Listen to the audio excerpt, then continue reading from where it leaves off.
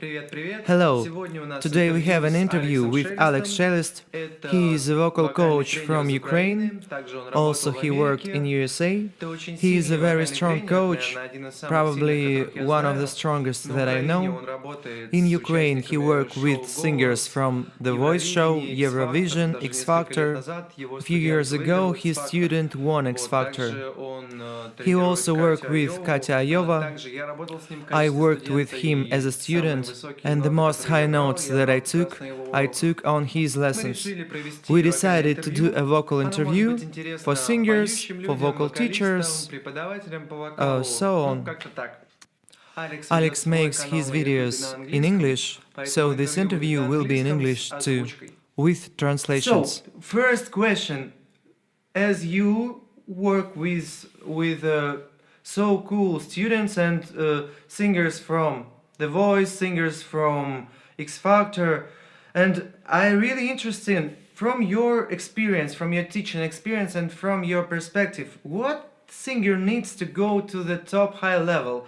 It's to make a real career on singing, to make money. Is it a super talent or special consequences, maybe luck? What do you see from your point of view when you're working with these top singers, maybe top students, and or maybe they working really hard, and what make the difference? Just singer or pro singer in your perception? Got it. You know what? All of my students, they are so different, like comparing to each other, and it's not about to be great as a singer, as a vocalist. It's all about to be cool as an artist, and to be a really great artist, you need to have great, like a person idea. You need to be a person. Then also you need to have a good technique, because a lot of the times you can have a cool tone and you can sing, for example, once a week. You have a gig or a show once a week, and it's okay. But then if you are into, like into professional singing, into like make money and make this for a living, here comes the trouble, because like the tours, and it's like you have almost 24/7 to sing.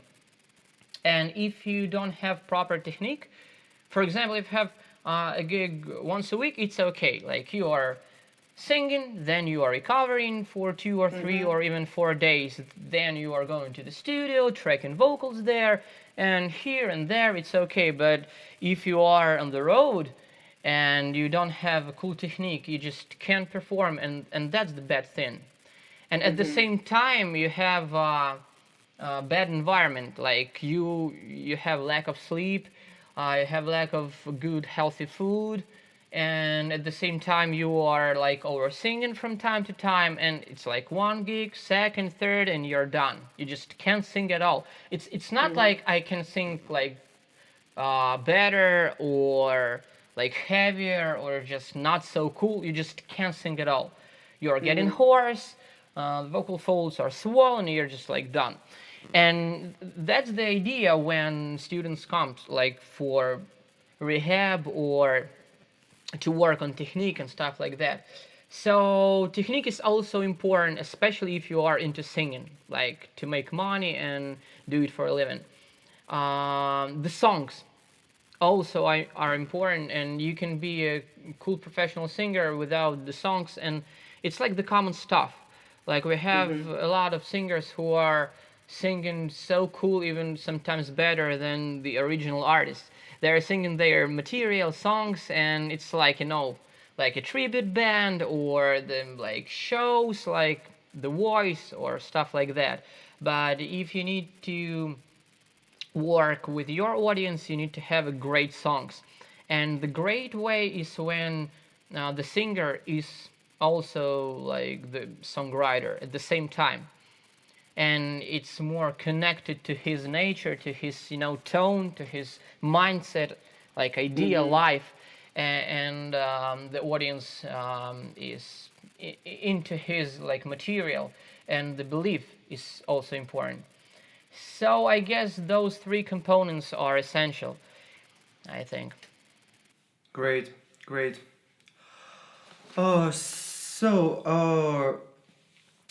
I know that in your approach you teach kind of mixed voice as well as belt voice, and it's really interesting for me, and I think it's interesting for other singing teachers. How do you combine it in the one approach? I hear in your videos that you combine it, and you're in good shape, and I see no trouble.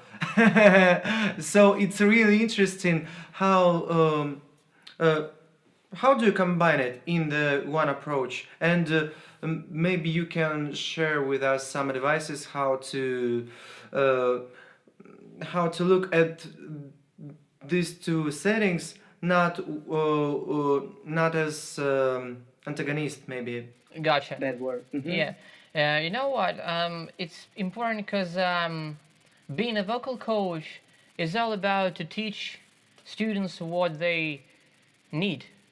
And a lot of the times, it's like a classical like point of view when, for example, I'm a student and I want to sing like, for example, Chester Bennington or Chris Cornell with gritty sound and this grunge raw, in the voice, and then you are into classical point of view and like there is no belt and you need to sing only like this. That's the direction and it's only proper sound. And being a vocal coach, you need to teach all of modes, especially we are living now and turning on the radio, and you will listen different tones. Some of them are more shouty and more into belt quality. Some of them are more, like I said before, more into mixing and blending.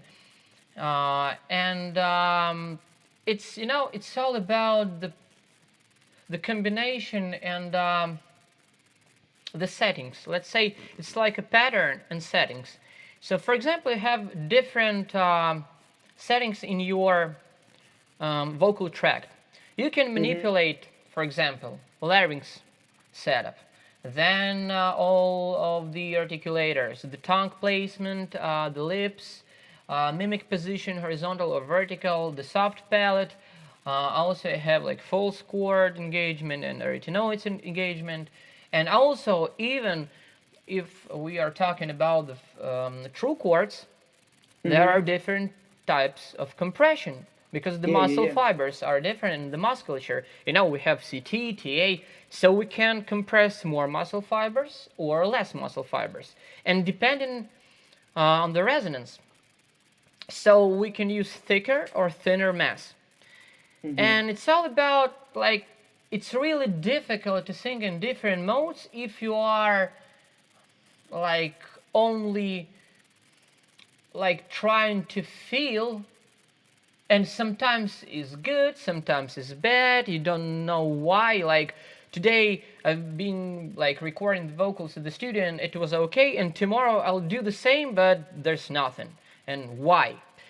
And, like, when you're trying to be more into physiological thing and anatomical thing and acoustical also, it's all about the resonance. So from the one hand we have like some of the manipulations in our body, from the other hand we have resonance, so the sound should be placed somewhere to be there, trying to understand how the body is working, that's the essential point.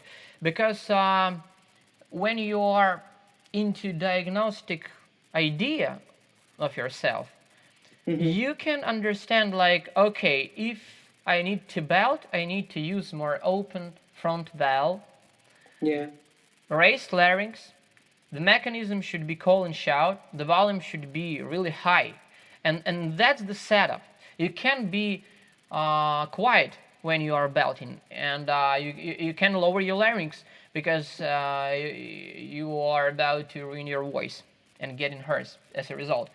At the same time, if you are more into mixing, I'm not a big fan of mixed voice, mixed register, and stuff like that.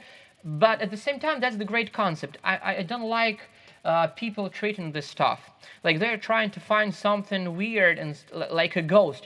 They are trying to find some really that's the path and that's the path, and rather than to connect the voice, they're trying to switch into something weird place that doesn't exist at all.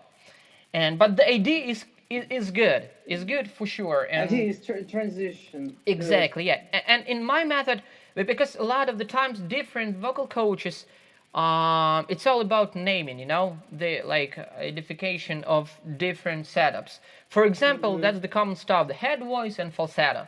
And you can treat falsetto as a hooty sound. Some of the coaches are into falsetto. That's everything about the second passaggio. Yeah. And with air, some. Yeah, with air, and some of them treating compressed head voice as a falsetto. They're treating that's falsetto, that's the full voice, that's it. You have only two different sounds. Yeah. Some of it's them. Really a mess. Yeah. It can be really mess. And that's the bad thing, because if you are into YouTube and you are trying to understand the concept behind the voice science, and you are watching one vocal coach and then another and different setups, they are calling differently, and you're like, come on, I thought that was the head voice, now it feels like that's falsetto and that's the mixed voice, but 2 days ago I thought that was the full voice, and it's crazy. But at the same time, yeah. Yeah, and at the medium mode in your approach. Yeah, and about the mixing and blending, it's all about to blend in the registration and the resonance. Yeah. So to let chords stretch without extra effort. Yeah, exactly. But at the same time, we can talk the mixed voice. Basically, that's the connected voice. If you are bridging each bridge, that's the pure mixed voice. But you can be stronger, you can be lighter, and that is all about. As for me, in my method, I have, as I said before, in the medium mode, and it's more musculature thin because the TA muscle is activated, and it should be developed because that's the strength, and without the strength you can't sing so powerful at the top, especially near the second passaggio, which is for average man A4, B flat 4, B4, and even high C, C5. And also I have a light mode. It's also a connected mode, but it's more with lighter coordination and less math, and less TA muscle activity. And that's why I have two different naming for transitioning and bridging, because in my method, bridging is when you have, for example, one mode, and in this mode you are bridging each bridge. And transitioning, it's when you are transitioning from one mode to another. For example, you are starting in the light, and when you are bridging, for example, the first bridge or the second, you're transitioning and changing the compression, the valve, the setup.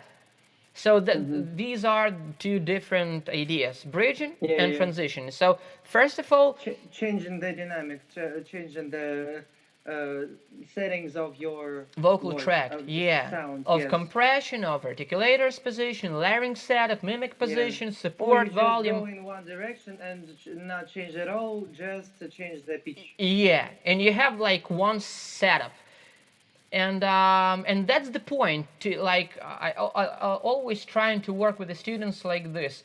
First of all, we need to connect the voice. That's the basic line underneath all the approach. And we are taking, first of all, light and soft mode. Soft mode, that's the breathy tone. It's uncompressed, and it's easier because you are not into squeezing. And that's the only way. Because if you are into squeezing, you will squeeze, and near the first bridge, you just like over squeezed and you just can't go higher at all. So the release, that's the main point. When you're feeling like the resonance is shifting, that is all about, like, we have like 3 gears. The first gear, that's the oral quality, and that's the chest voice. It's all about the oral projection right here. And then as you go higher, the resonance is shifting more towards head. No matter how compressed you are, how thick folds are you using in compressing, or thin folds you're using in compressing, doesn't matter. We are talking about the resonance. And it's like basic stuff. Everybody knows, like, I have this super chesty quality, and you have like super heady. And the break, it's like always there, like it's always like this. And when you're trying, like to lift the weight and you're over compressing, like like you are pushing too hard, squeezing, and then you just can't go with this mass, and you're like you're just flipping into the head. Another thing, if you're blowing too much air, and that's forcing, and that's a really bad thing also. If you're overblowing, the vocal folds are thicker, and you just can't compress them at all. That's another bad thing. So we are trying to feel this really breathy but still slightly compressed tone, and feel how the resonance is shifting more towards head through the pharyngeal area. That's the important thing. That's the second gear. So the first gear, that's the oral quality and chest voice. Third gear, that's the head voice, and you're feeling like whoo in the head. And right in the middle, that's that is all about mid voice, mixed voice, the middle area. If you have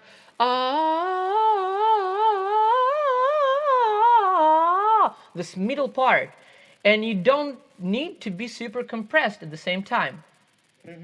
So that's the idea, and that's when we are learning how to quack, to manipulate with the epiglottis to anchor the position. So the first step, that's the breathy, soft mode. And then we are trying to build more and more strength and stamina and compression. That's the light mode. And only then we are trying to compress more with the TA muscle and feel this, I call this the click. When you are holding the folds physically, you are feeling some activity right there. It's not about only airflow. So from the one hand you have airflow, from another hand you have compression. And that's the compromise. More flow or more compression. That is all about. So yeah, mixed voice, it's okay. And in my method, it's light mode and medium mode. And after those, I have 2 belt modes. The chest belt, that's the heavy mode, when you are trying to hold the resonance as long as you can into the mouth. And that is when you are raising the larynx slightly to maintain this front open valve. And the thing, when you are belting in pure chest belt, there is no chance to sing closed vowels, such as E's and O's. There is no E and U at all. So if you are singing don't go away from me, it's going to be don't go away from me. You need to open the vowel. May, not me. And that's the difference between the modes. And to not to be, and how should I say, and to be good with belt, as I understand you right, you need to higher larynx position, A, O vowels, and a loud volume. If we control these settings, the voice is in okay situation, for vocal health and for technique at all. Yeah, but at the same time, it's not only about this, because when you are belting, you are into really physical activity, and that's the strength, that's the stamina, and you need to train the muscles to hold the folds, because we are staying in thick folds. These are the muscles that's keeping the cords together, TA muscle, and we need to stay in thick folds configuration, not to thinning out the folds.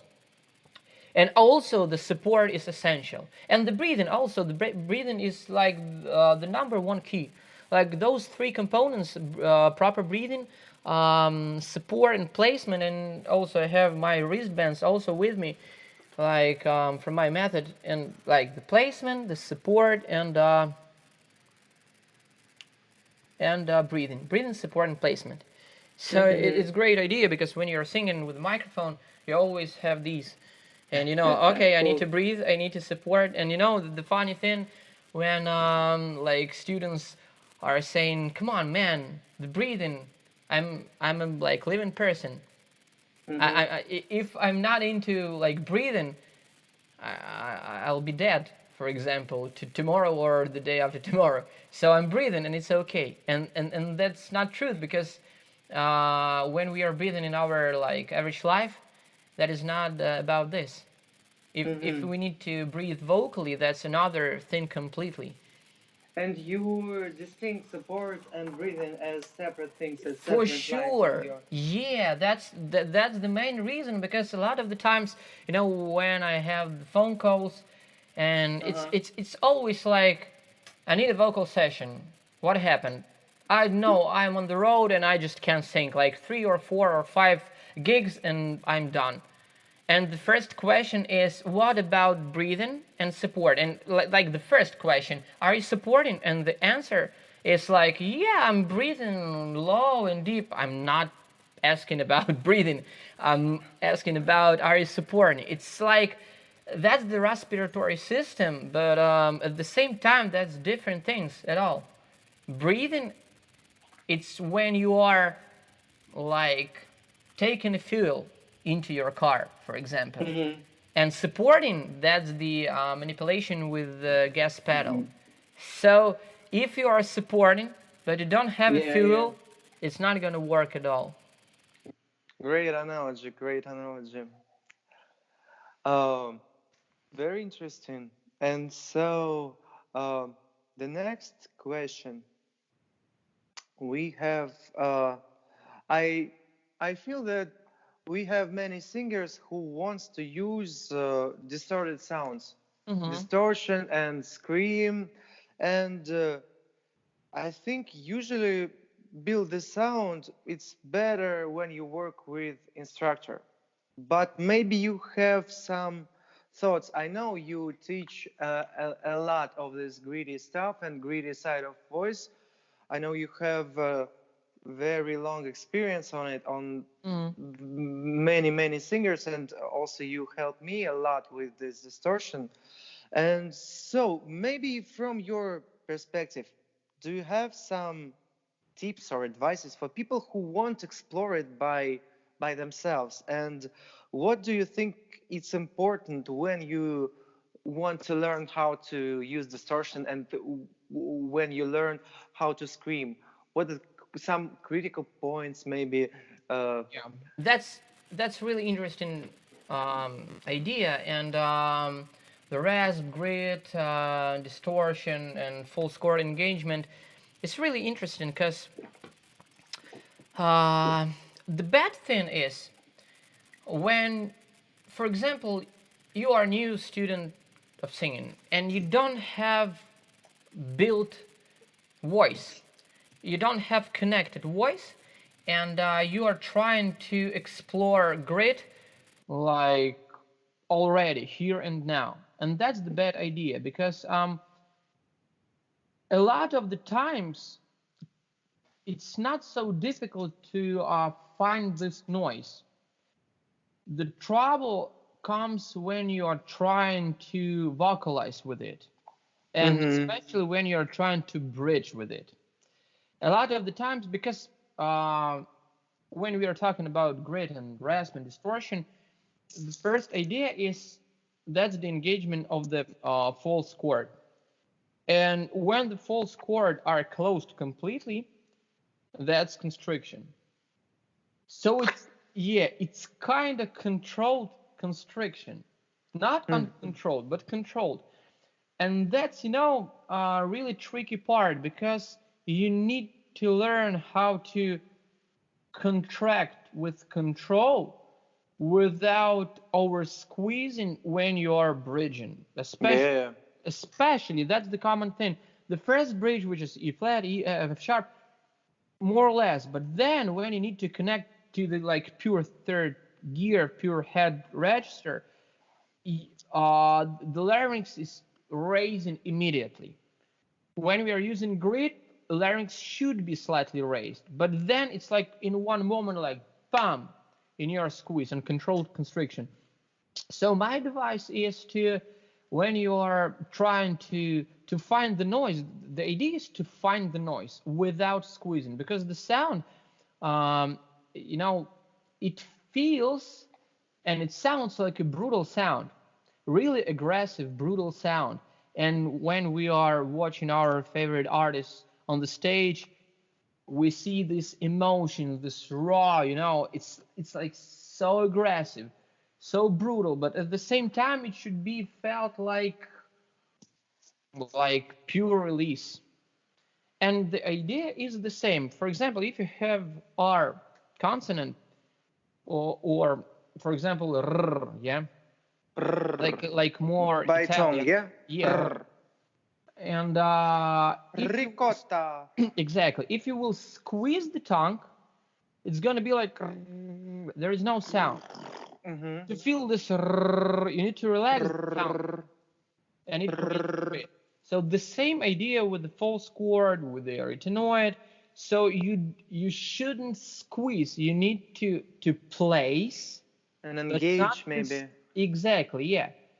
So it's all about not it's to feel the flow, to feel the placement, and just to find the place where you are, let's say, compressing this figure, false chord or arytenoids. And my advice is to start from the average true chords fry. That's the sound we all know, like because in this point you are learning how to create the noise, not the voiced sound, and that's the difference. Like you have you have and you are learning how you can create the noise without squeezing, because if you will over squeeze, there is no sound. That's squeeze sound.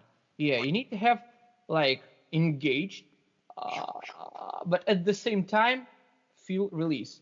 And then the idea is to find the same feeling but slightly higher to engage the full score. If you have then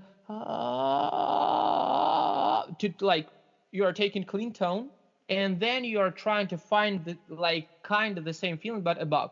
For example, clean tone, you have fry, then you have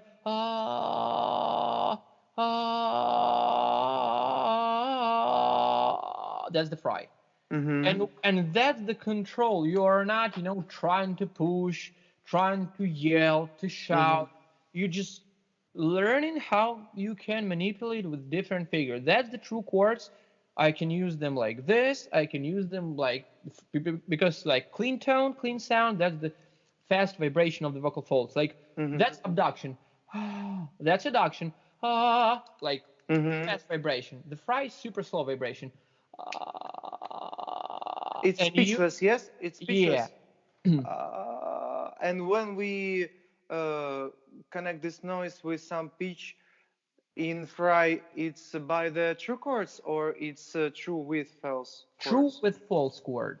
When we So do you're trying to feel the pitch underneath and clean tone, and then add slightly this grittier sound and feel kind of the same feeling as a fry, but slightly higher. Because like the figures are like the true chords, then the false chord, and then arytenoids. And these are different figures. So you have, for example,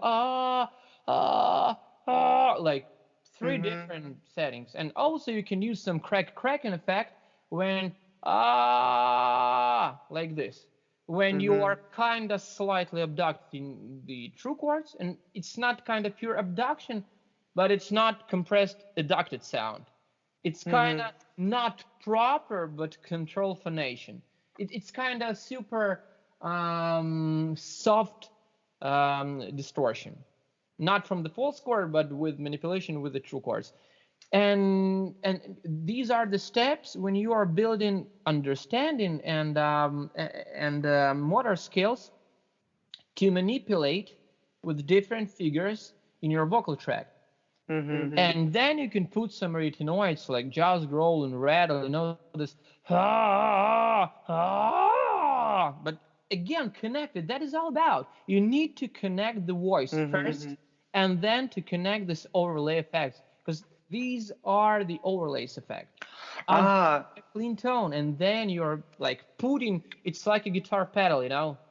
And Effect. when we connect voice, it means that our chords not stretched, yes? And it means that we have no over squeeze our true chords and we only work above.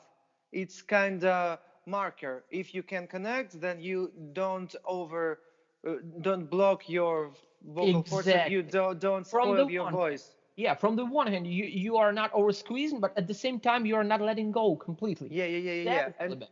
And you work with upper kind of false chords or noise with no Exactly. harm for true chords, yes? Yeah. And yeah, cool, Because great, a great. lot of the times it's like, ah, Mm-hmm.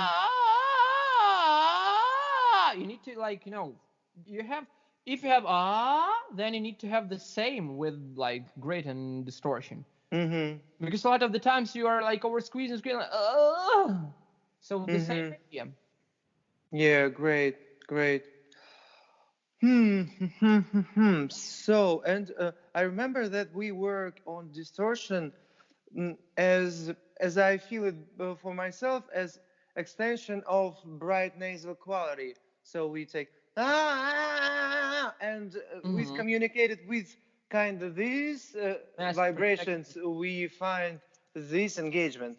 Yeah, It's kind of weird, but for me, it's worked much better than when I try to make something on this level. because you know And what?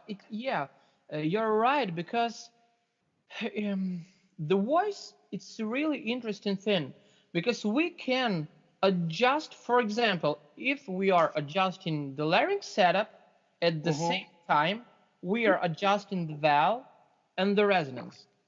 So this triangle always uh, can be manipulated with different perspectives and angles. So you can manipulate with the larynx by shaping the vowel and resonance. Mm-hmm. Also, you can manipulate with the larynx setup by managing the compression setup.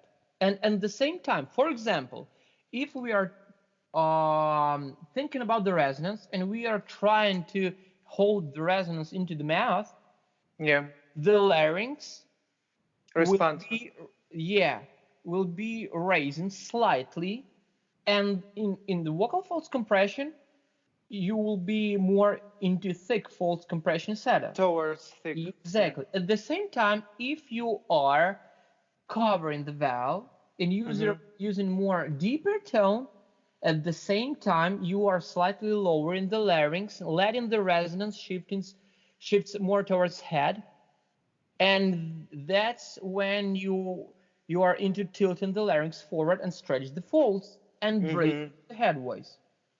So it's kind of, like being a vocal coach is not all about like you need to do this exercise and Yeah. that's it. If it's like 1 year, 2 year, and like there is nothing. No, you need to do this.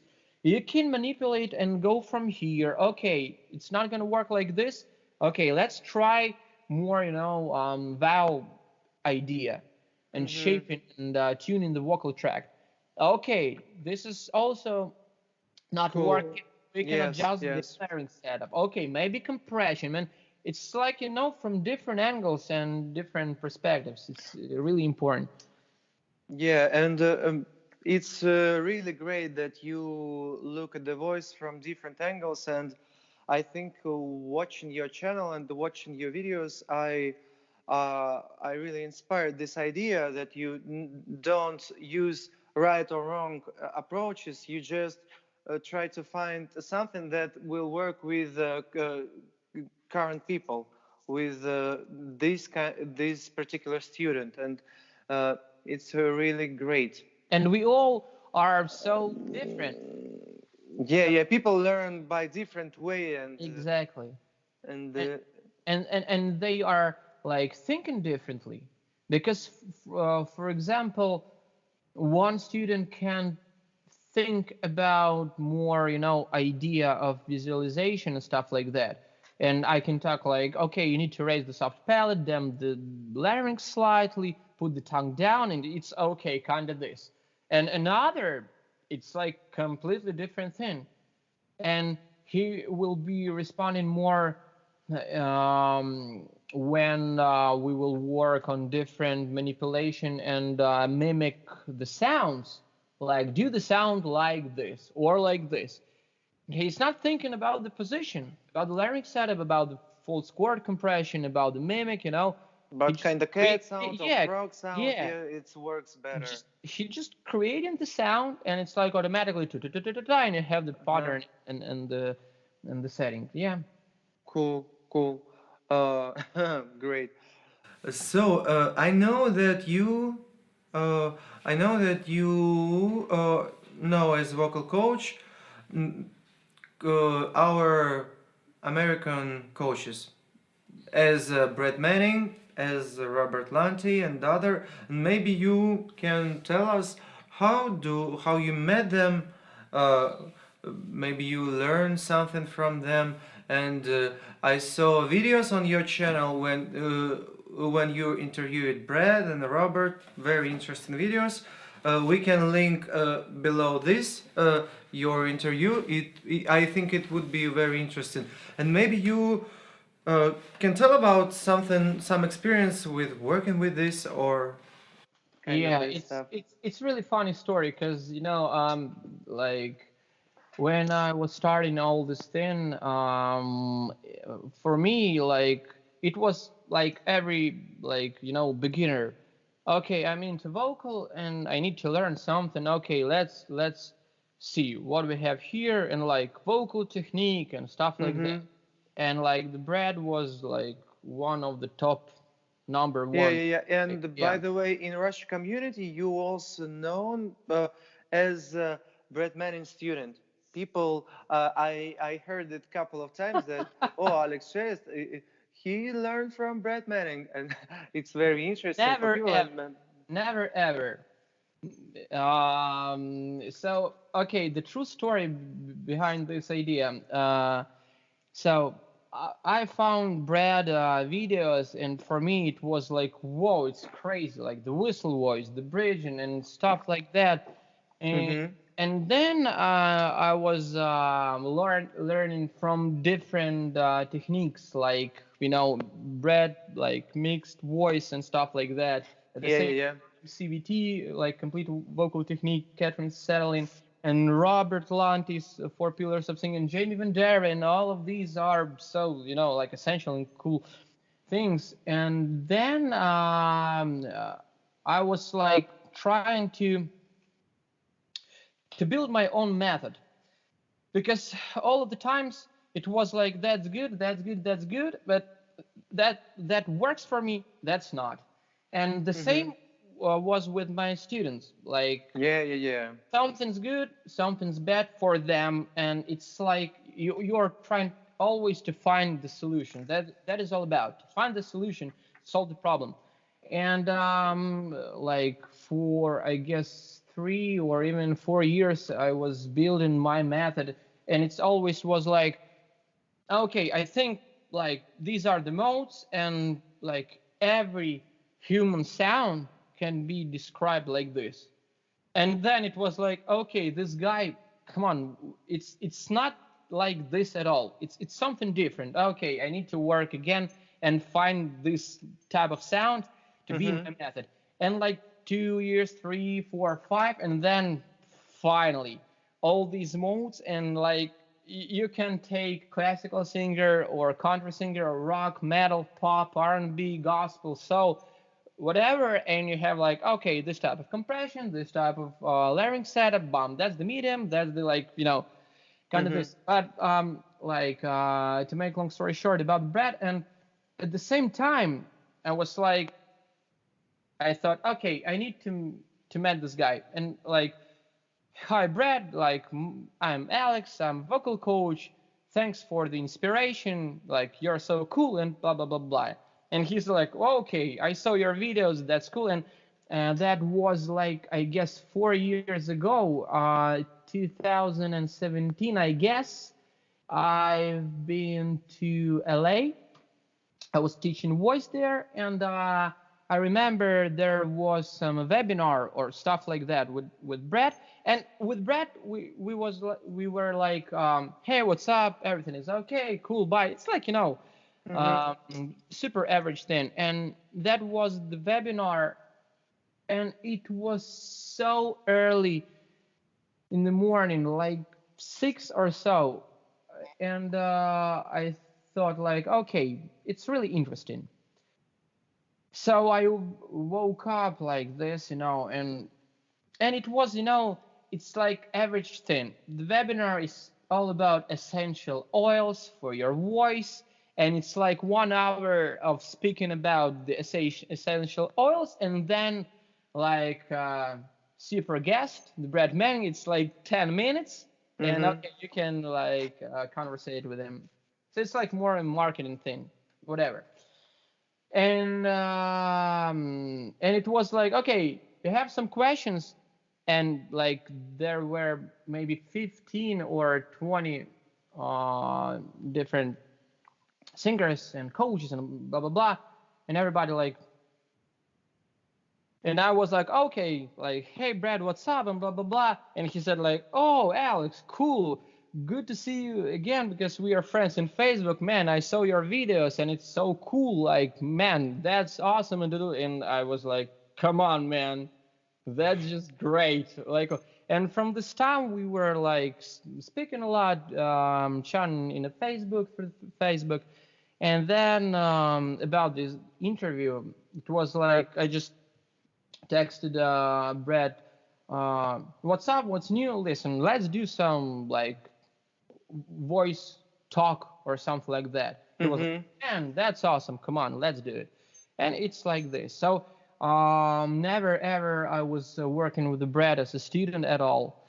And with Rob and with Jamie Vandera, and also the good friend of mine, Jamie Vandera, this great coach for the Mythbusters here, taking just glass and like taking the pitch and bah. So yeah, and those guys, Brad and Jamie, they were like always supporting me. Like, man, that's the great stuff. You need to promote it on. You can do it, and that's the thing. And I'm super, like appreciate this. And you do you explore it all this technique by yourself? Exactly. Yeah. Do you find cool? I never ever had vocal lesson at all in my life. Great. I know you're a drummer, and Yeah. is drumming helping you with the voice, or it's completely different? Yeah, and I'm not just the drummer. Like the first instrument I was playing that was the violin, and like I'm from family of musicians. My mother, she's a piano teacher, and my father is a winder. He's playing in like orchestra, and at the same time playing in a jazz rock fusion band. And like since my childhood is all the way up and all the way down, like Led Zeppelin, Deep Purple, Kiss, or Chicago. They teach you from the early beginning. and also he's a great singer. He's singing like super high without any constriction. And I was listening to this, and it's like I'm listening and I'm trying to copy this. And so the violin, then I was learning guitar, and then I was learning drums since I was 15 years old. And like I was playing everything, I guess, from death metal to like our pop sound. And at the same time I was playing drums, and there was a band called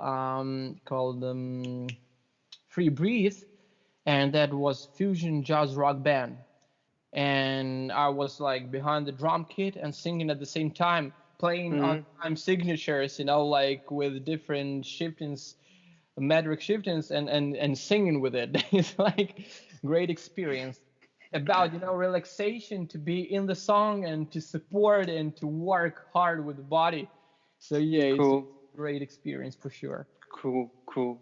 Uh, Maybe you have some, mm, maybe you have some tips or advices for singers who sing in different sound settings. And sometimes I think it's kind of often question if all acoustics, all bar, club sound is good, that singers sing well.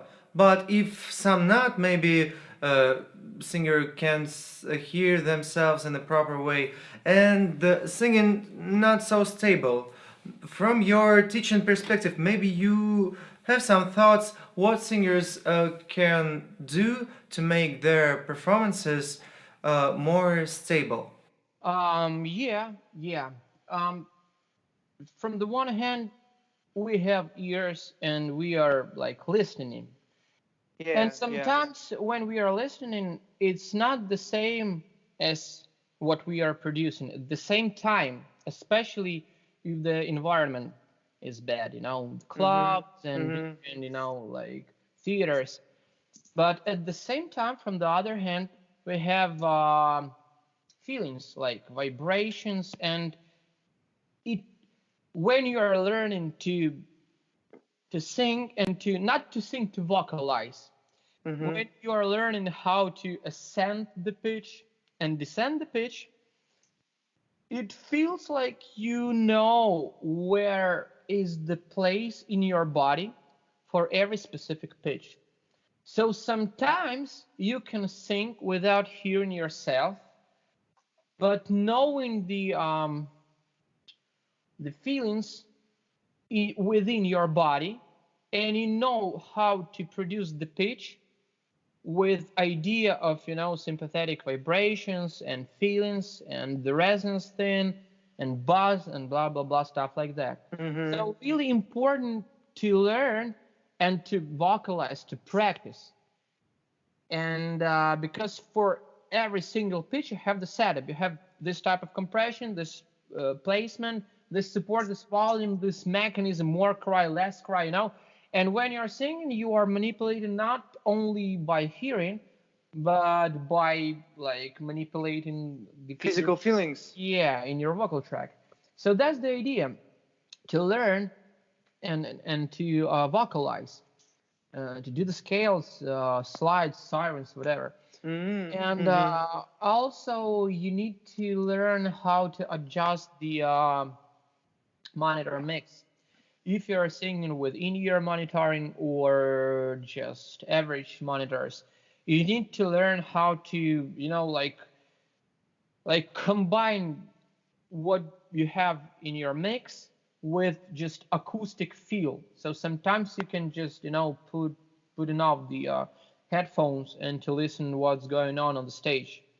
So, and it's from the one hand, it's also it's cool, but at the same time, when you are singing only with one earphone, that's bad. And I had an interview recently with a great ENT specialist here based in Kiev, and she said like we have like different issues, and one of them is when the chords are not responding the same. So the one Mm-hmm. chord is vibrating like this, and another one like slower. Mm-hmm. Yeah, yeah. And my question was, what causes this issue? Unsymmetrical. And she said a lot of the times when you're singing, when you're performing on the stage with in-ear monitors, and you're just putting off one earphone, you know, and because that's ENT, like ear, nose, throat, and its responses like one figure, and by like keeping only one earphone, that's bad. And That's bad. sometimes, yeah, that causes the, like strain and this issue with different vibration of the vocal folds. So you need to learn how to not to do harm to your voice, but at the same time learn how to it's all about experience. The more you are performing, the more you are into, different situations, and you know how to solve them. And another thing, if you are like a great singer and you are learning technique, you can sing well, and when you are on the stage at the first or second or a third time, and something's wrong, and it's so it's like that's the music. It's always something's wrong. The theater, the backline, the mic. I know, that's the average thing.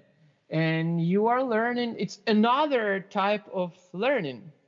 From the one hand, you're learning how to sing. From other hand, you're You learning how to learn how perform. to And perform. that's like different things. To sing and to perform at the same time. Yeah. Sometimes they are both in a one person, sometimes not.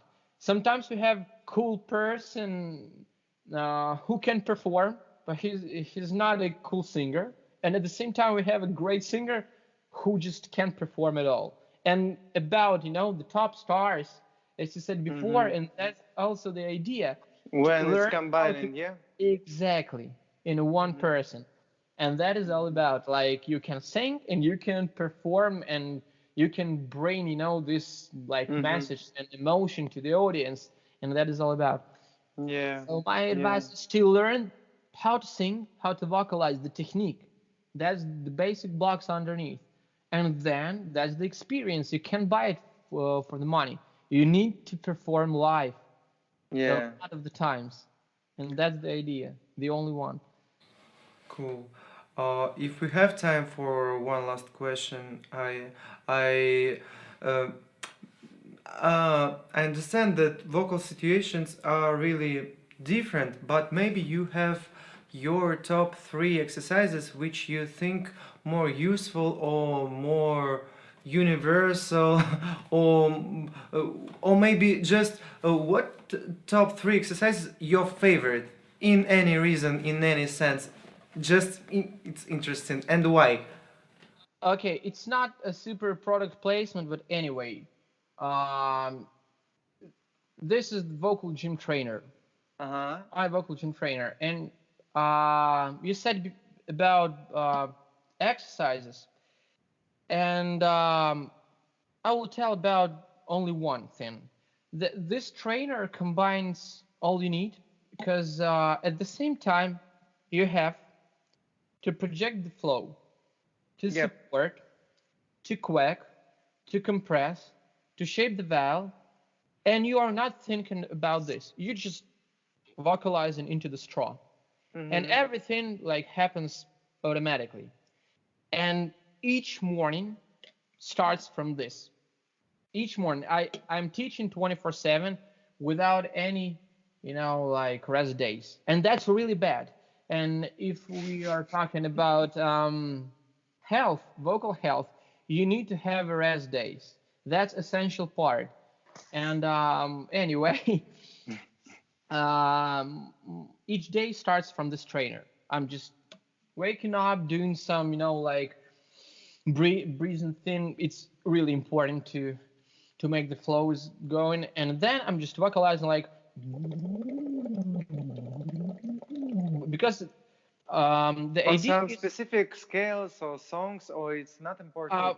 just average slides and sirens. I have a course called Vocal Gym based on this concept, and there are different exercises, scales, sirens, yeah. But I'm just talking about like how to warming up my voice. And the great thing, because we all have this pressure like under the folds, you know, and Under, yeah, yeah, yeah.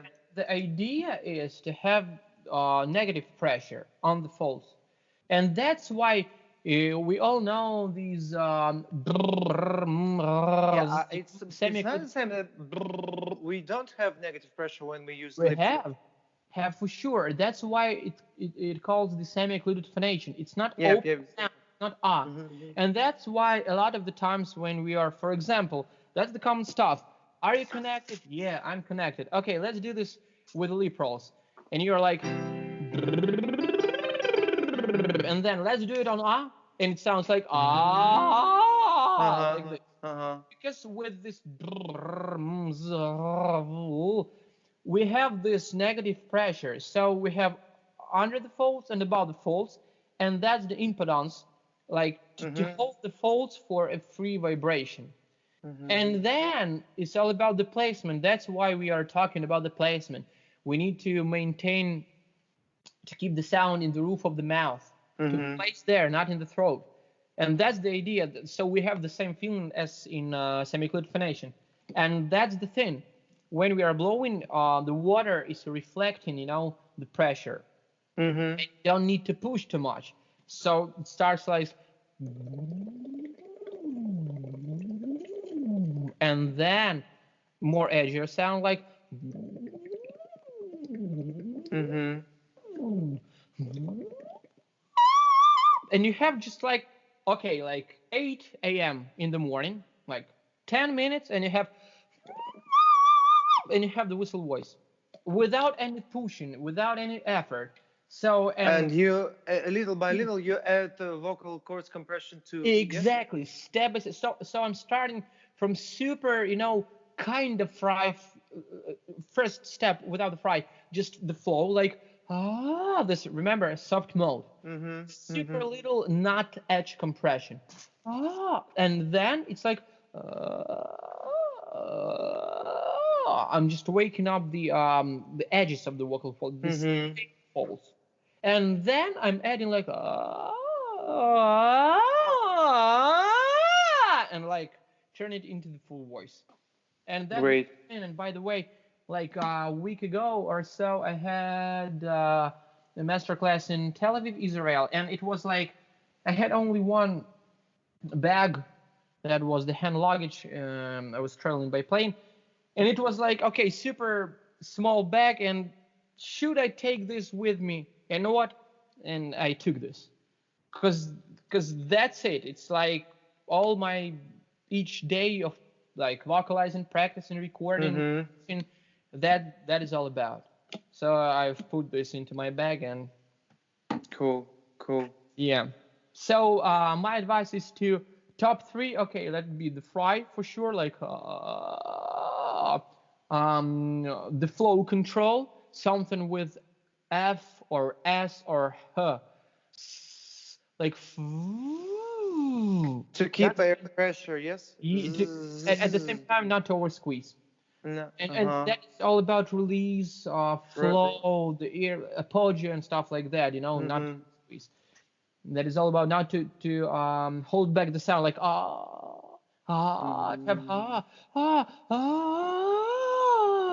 flow is going, the folds are like this, and I step to compress the folds. And the sirens are the best.